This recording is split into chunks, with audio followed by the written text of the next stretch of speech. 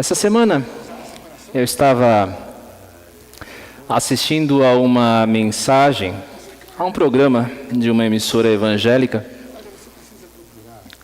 e o tema era um destes programas de debate, e o pastor, o tema era traição. Se vale a pena você cometer uma traição e se há cura, se há remédio para uma traição.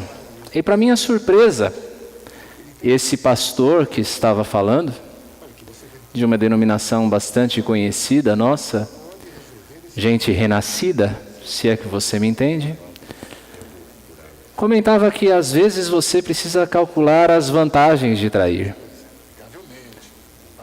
Algumas vezes trair vale a pena. E você deve considerar, afinal de contas, se realmente vale a pena você permanecer fiel.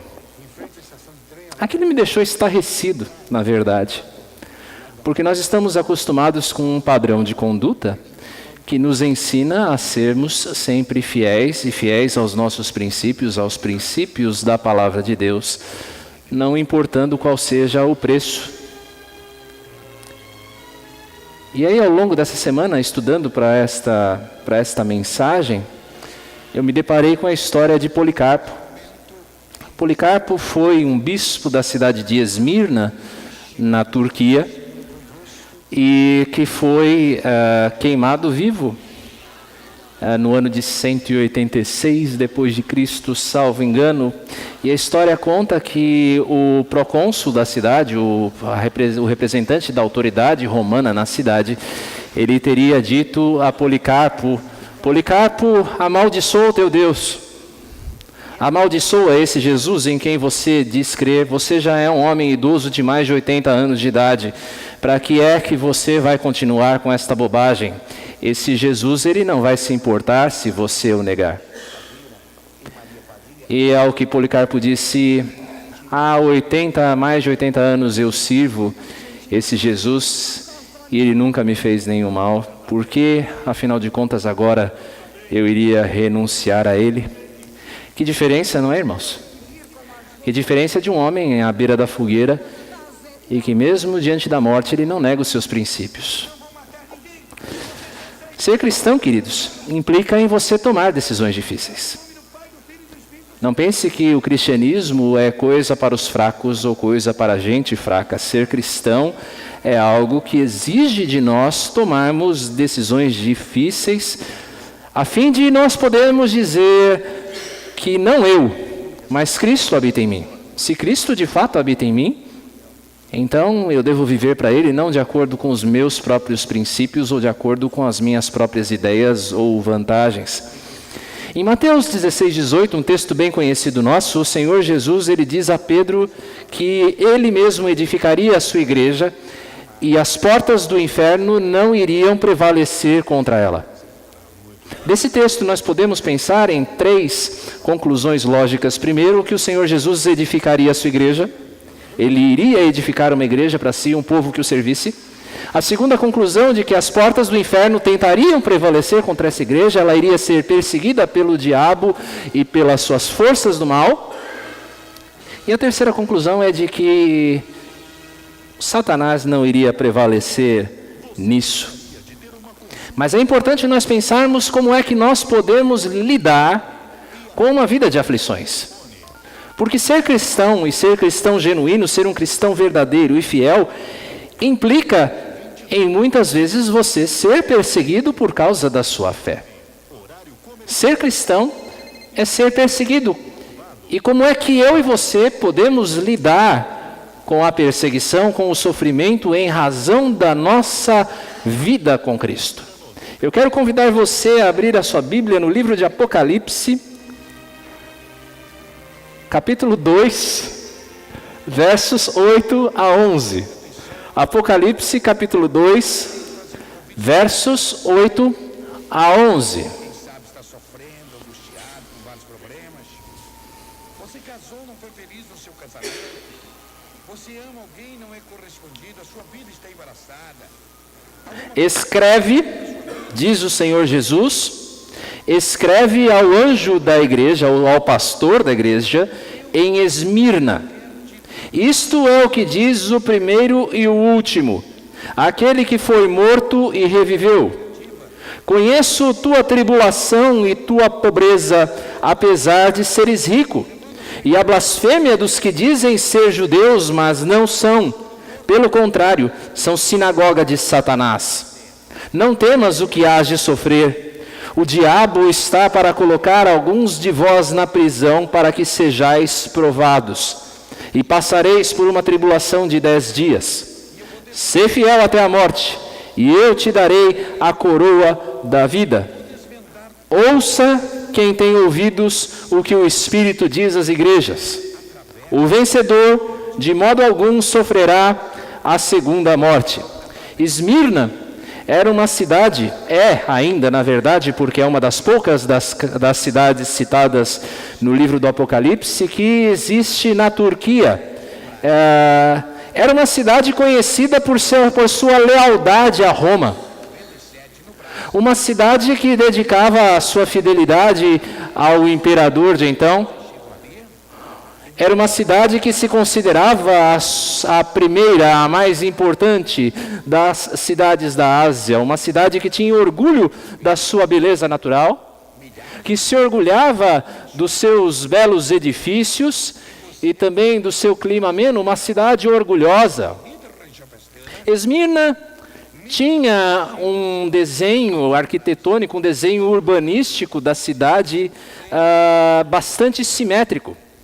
E quando você olhava a partir do mar para Esmirna, você via o Monte Pagos ao fundo da cidade como que coroado por uma roda de prédios, belos prédios. A esse lugar se dava o nome de a coroa de Esmirna, e então nós entendemos por que é o que o Senhor Jesus, ele se refere a uma coroa também nessa carta. Os judeus, havia muitos judeus na cidade, e provavelmente eles foram atraídos por ela por causa do seu comércio abundante. Era uma cidade de um comércio muito rico. E num tempo em que Roma não era exatamente muito amigável ao judaísmo, os judeus então procuravam lançar a conta dos problemas da cidade em gente que era mais odiada que eles, os cristãos.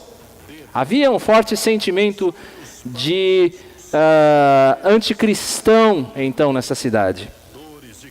Meus irmãos, Esmirna, essa cidade sobre a qual eu e você meditamos hoje, a partir do livro do Apocalipse, ela é o retrato de uma igreja que se localizava numa cidade, uma igreja fiel e perseguida.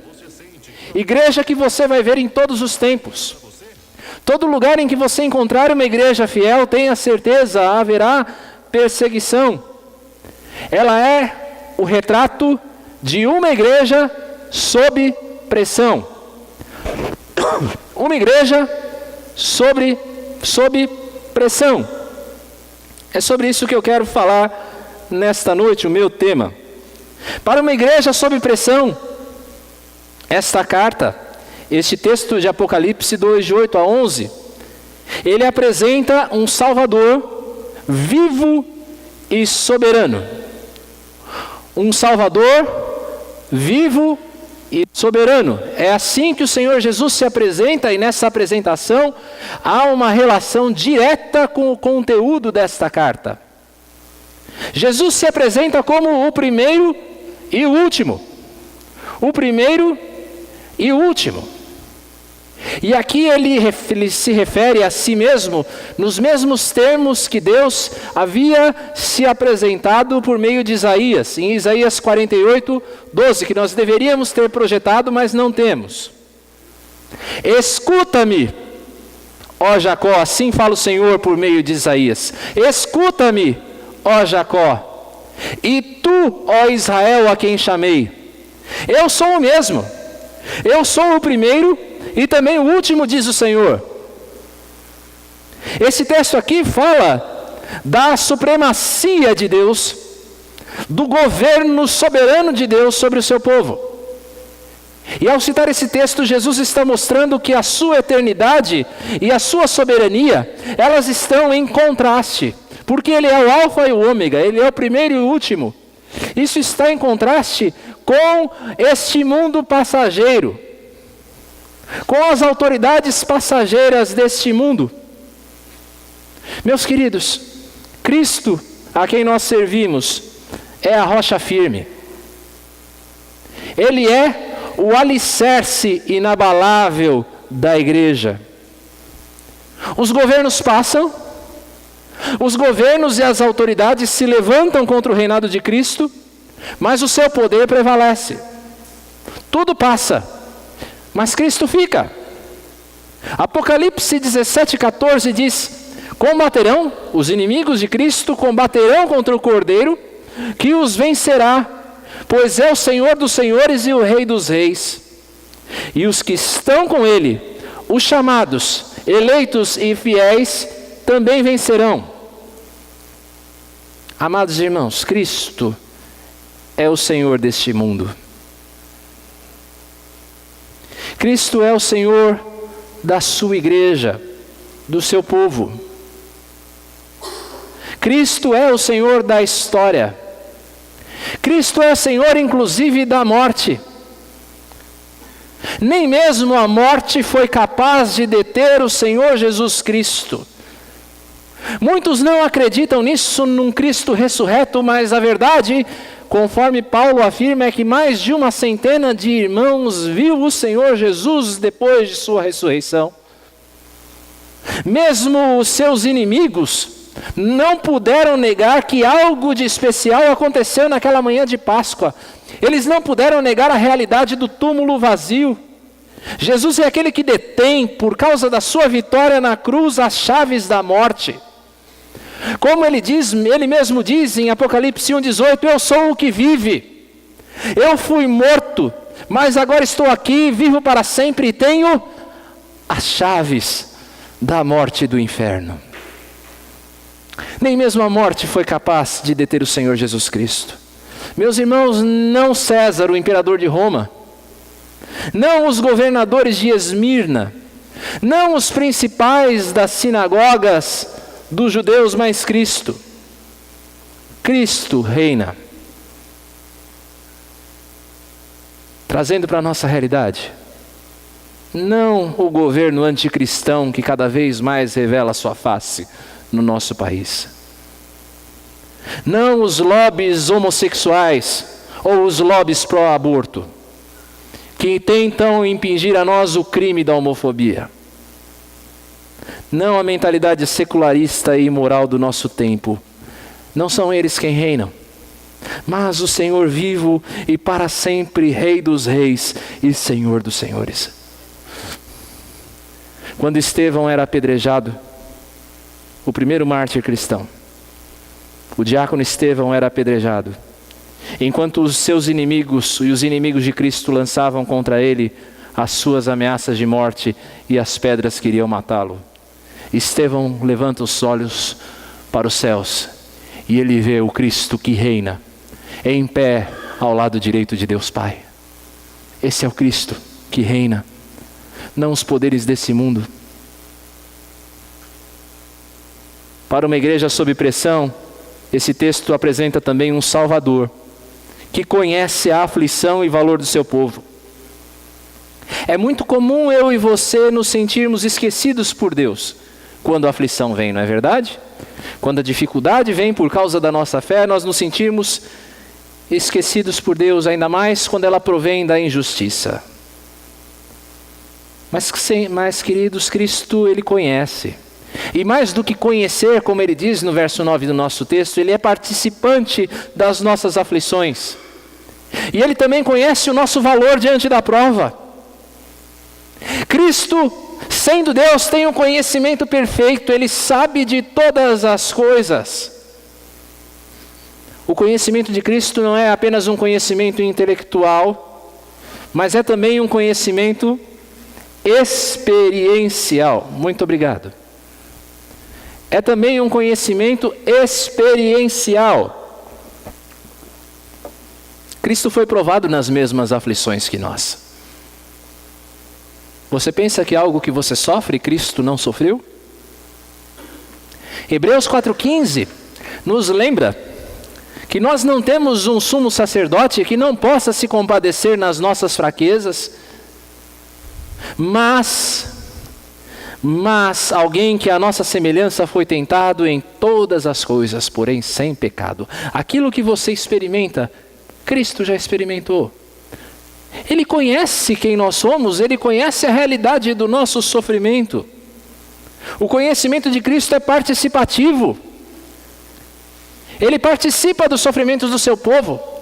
Você se lembra quando Saulo sai de Jerusalém a caminho de Damasco no livro de Atos capítulo 9, e então o Senhor Jesus aparece para ele e Saulo literalmente cai do cavalo, e o Senhor Jesus diz: Saulo, Saulo, por que persegues a igreja? É isso que ele diz? Por que me persegues? Perseguir a igreja é perseguir o próprio Cristo.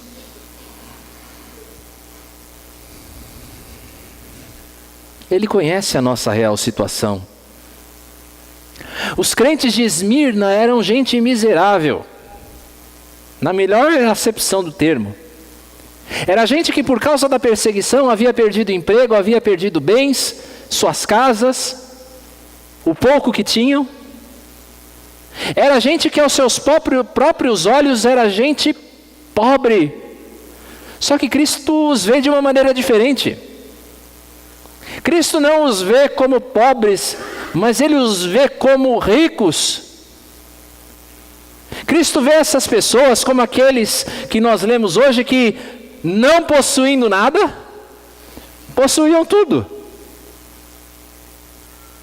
O crente fiel no Senhor Jesus Cristo, mesmo que não possuindo nada, é o mais rico dos homens.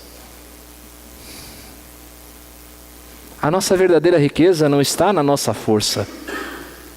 A nossa riqueza, ela não está na nossa fortuna, mas está na nossa confiança em Cristo.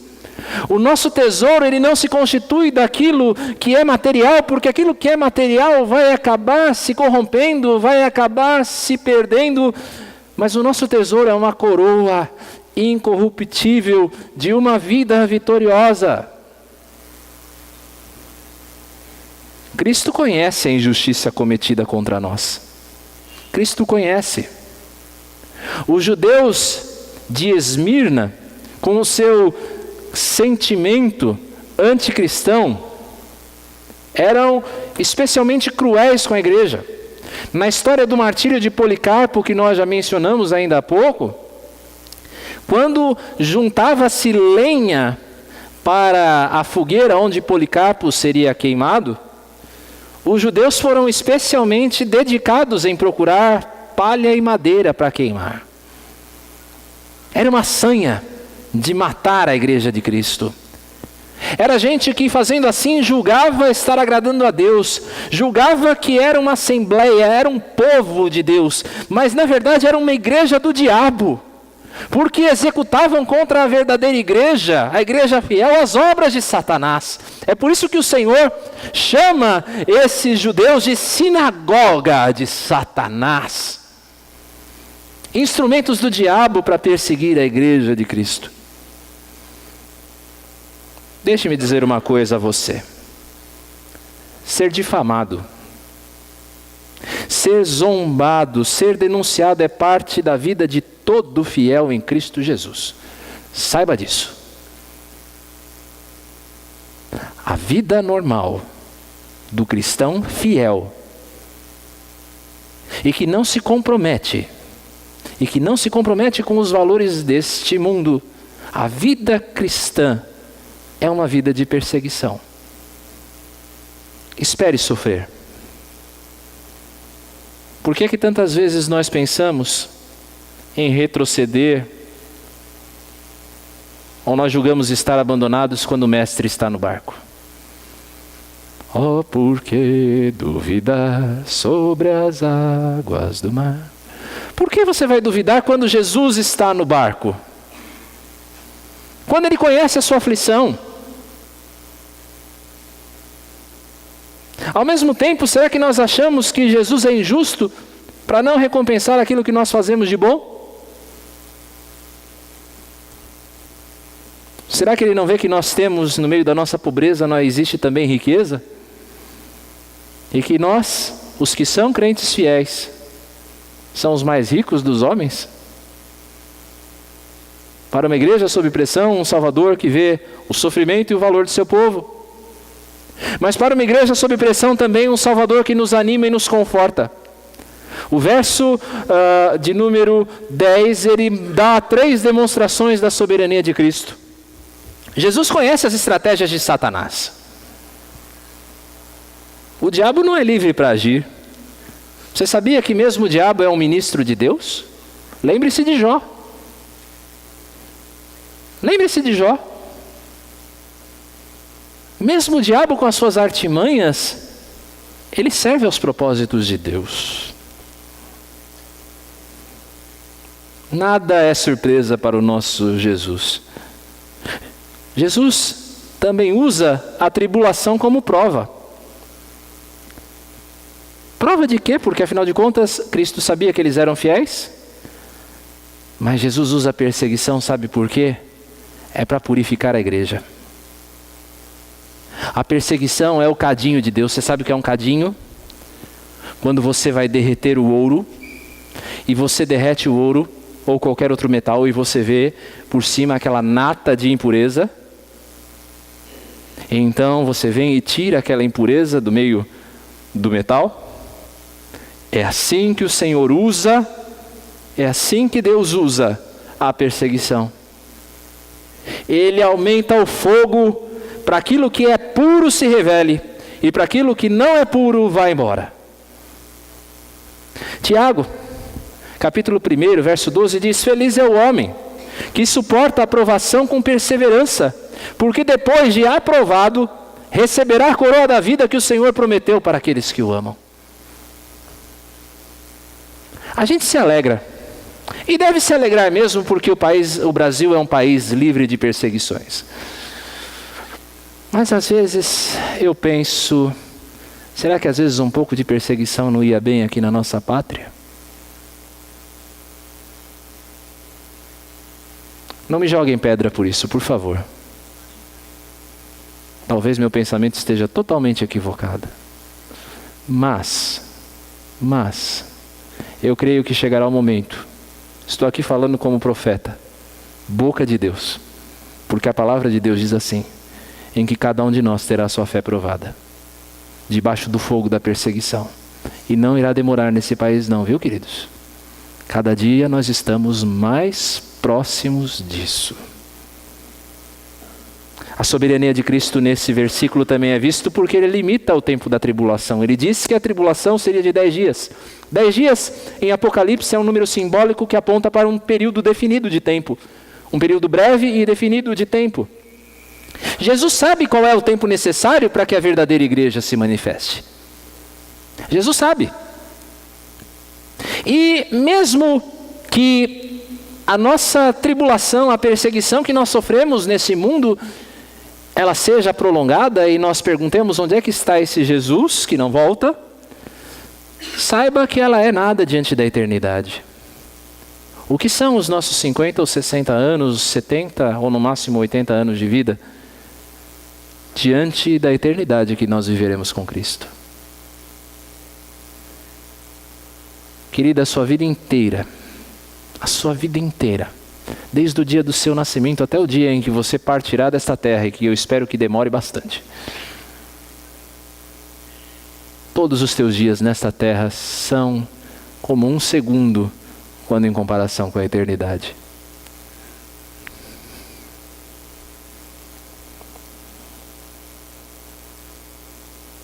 Nossa tribulação, como nós lemos, é leve e passageira e produz para nós uma glória incomparável de valor eterno, peso de glória. E por ser soberano, como ele mostra neste versículo, Jesus ele nos dá 2 comandos. Não temos sofrimento. Eu e você, nós tememos aquilo que nós não conhecemos. Não é verdade? Tudo aquilo que é desconhecido, nós tememos. Nós temos medo. Mas espere. Nós conhecemos o porvir. Nós sabemos o que vem depois. Nós não sabemos o meio da história, mas nós sabemos como ela termina. Para que ter medo? Nós tememos a nossa fraqueza, é verdade. Mas considere que ao seu lado está o Todo-Poderoso. Todo-Poderoso está do seu lado. Então o que importa se você é fraco? Graças a Deus que você é fraco. Confie no poder de Deus. Para que temer? Nós tememos aquilo que parece irreversível. Nós tememos o diagnóstico do médico.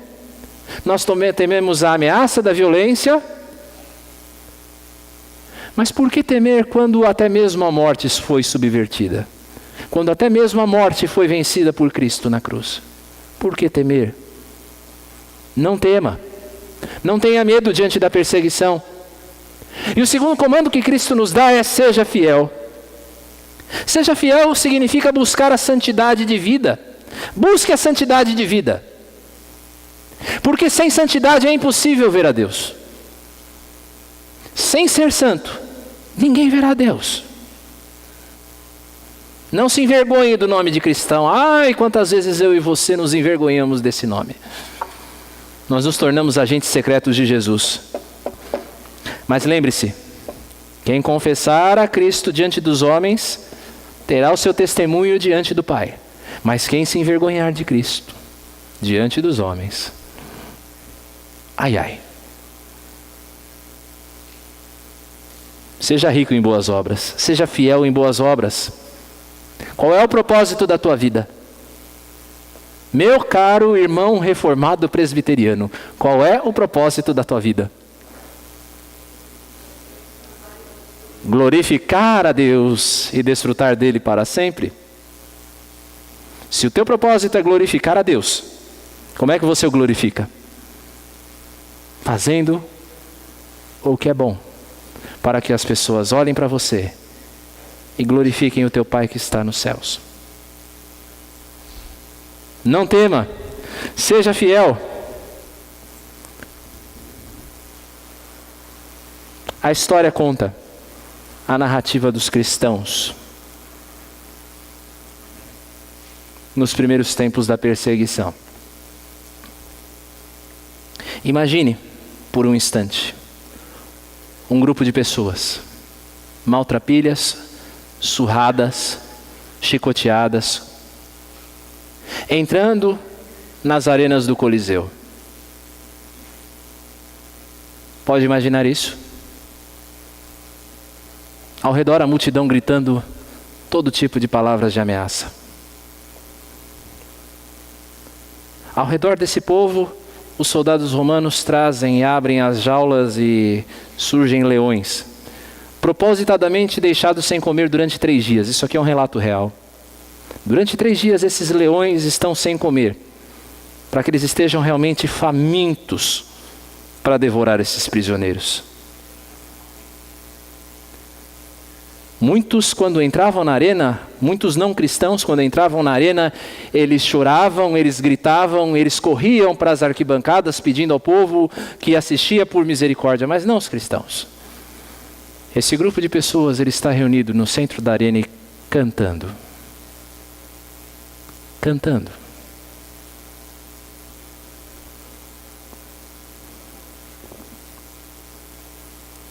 Alguns começam a chorar, alguns mais novos na fé. Então um ancião se levanta no meio deles e vai até a boca do leão. Ele vai até o leão, como que para animar os outros à fidelidade. Ele vai até a boca do leão, para ser em questão de segundos estraçalhado por aquela fera. E quando os soldados soltam os leões, e os leões avançam contra aquele grupo de pessoas, ainda assim eles cantam. E cantam até o momento em que o último deles é estraçalhado na boca das feras.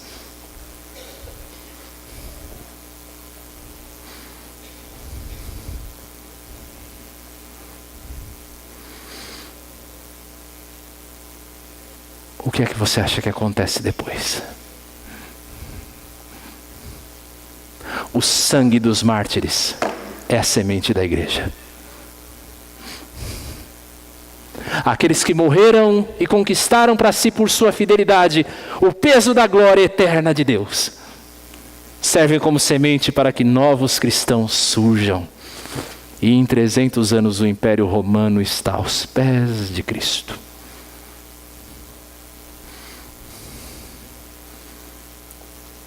Paciência, coragem, firmeza diante dos leões que todos os dias nos atacam.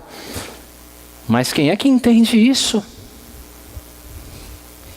Quem é que deseja para si esse sofrimento como algo nobre? Por isso é que o Senhor Jesus diz: quem tem ouvidos para ouvir, ouça. Quem tem os ouvidos dados por Deus, renovados pela graça e entende essas coisas, ouça. Ouça o que o Espírito diz às igrejas. Para uma igreja sob pressão, queridos, a coroa da vida. E a coroa da vida aqui não é nenhum prêmio especial não, é a vida eterna. Porque a gente não precisa de mais nada não. Vida eterna. A certeza de que eu e você podemos passar da primeira morte, que é a morte física. Nós podemos passar a morte física e certamente nós passaremos, a menos que o Senhor volte antes. Nós podemos morrer na boca dos leões, nós podemos ser apedrejados, lançados nas cadeias, mas nós não passaremos pela segunda morte, a morte espiritual. Nós jamais provaremos do inferno. Se você, deixe-me aplicar essa mensagem, se você quer vir a Cristo, se você não conhecia esse Senhor Jesus e você quer vir a Cristo, quer esse Jesus, calcule o custo. Jesus é vendido hoje em dia como mercadoria barata, que você pode receber sem custo nenhum. Mas crer em Cristo tem um custo, sim. Ter o Senhor como seu Salvador tem um custo. E é caro. É a sua vida. É tudo. Mas saiba que apesar do custo vale a pena. Alguém aqui diz o contrário? Alguém diz o contrário?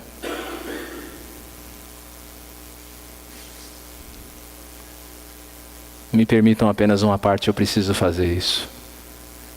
Let me speak with you, you both. I'm telling the church that give your life to Christ has a price, a high price. It demands all your life, but it's worthy. It's worthy.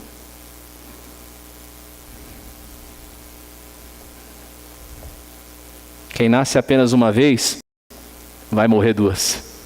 Se você nascer apenas uma vez, você vai morrer duas. Mas quem nasce duas vezes, da carne e do Espírito, morre uma só. Vale a pena.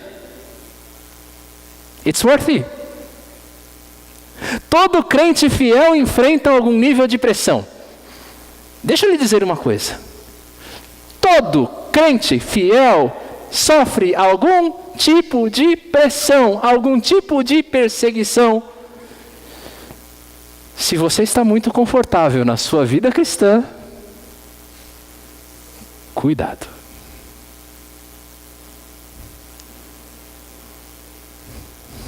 Se a vida cristã para você é um mar calmo, sereno e tranquilo, cuidado. Ser cristão fiel é ser perseguido. Porque você vai ter de fazer coisas que as pessoas normais ou comuns desse mundo não fazem, e você não vai poder fazer muitas coisas que elas fazem. E ao você fazer isso, você vai se tornar incômodo. Se você resolver testemunhar do Evangelho de Cristo, você vai ser incômodo. Ah, mas eu não quero testemunhar do Evangelho porque eu não quero incomodar ninguém. Querido, não tem jeito. Você tem que ser incômodo sim. Trata-se de vida e morte. Trata-se de céu e inferno, eternidade ao lado de Cristo ou eternidade ao lado de Satanás. Se você é cristão e não é perseguido em nenhuma instância da tua vida, avalie.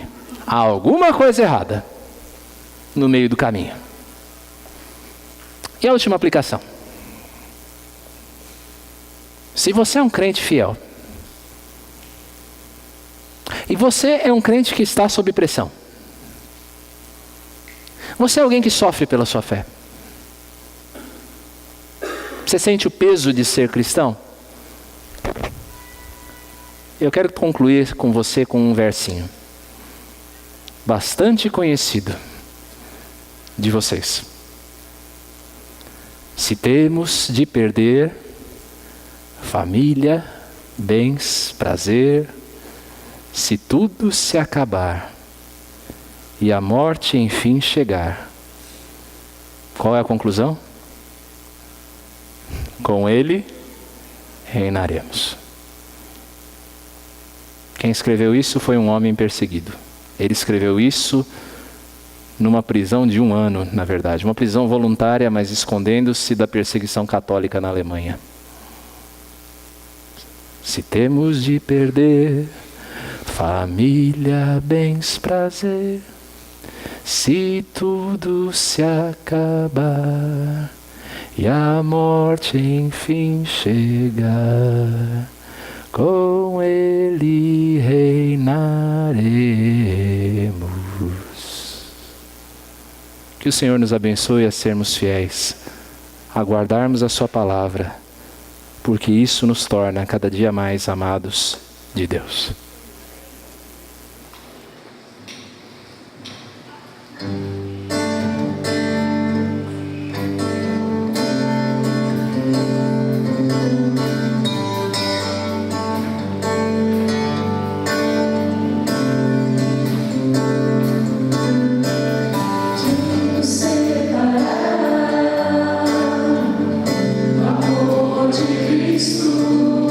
Será tribulação.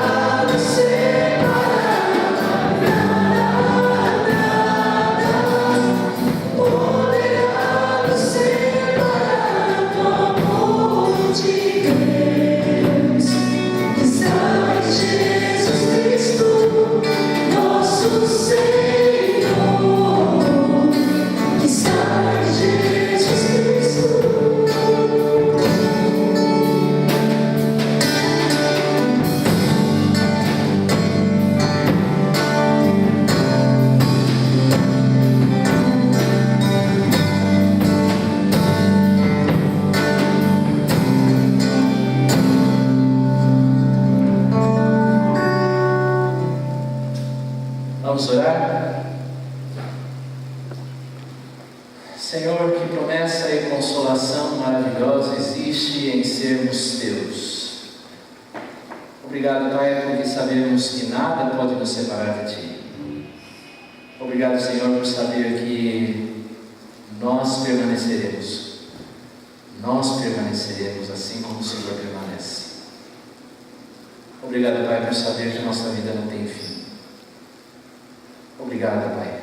Obrigado por sermos povo Teu.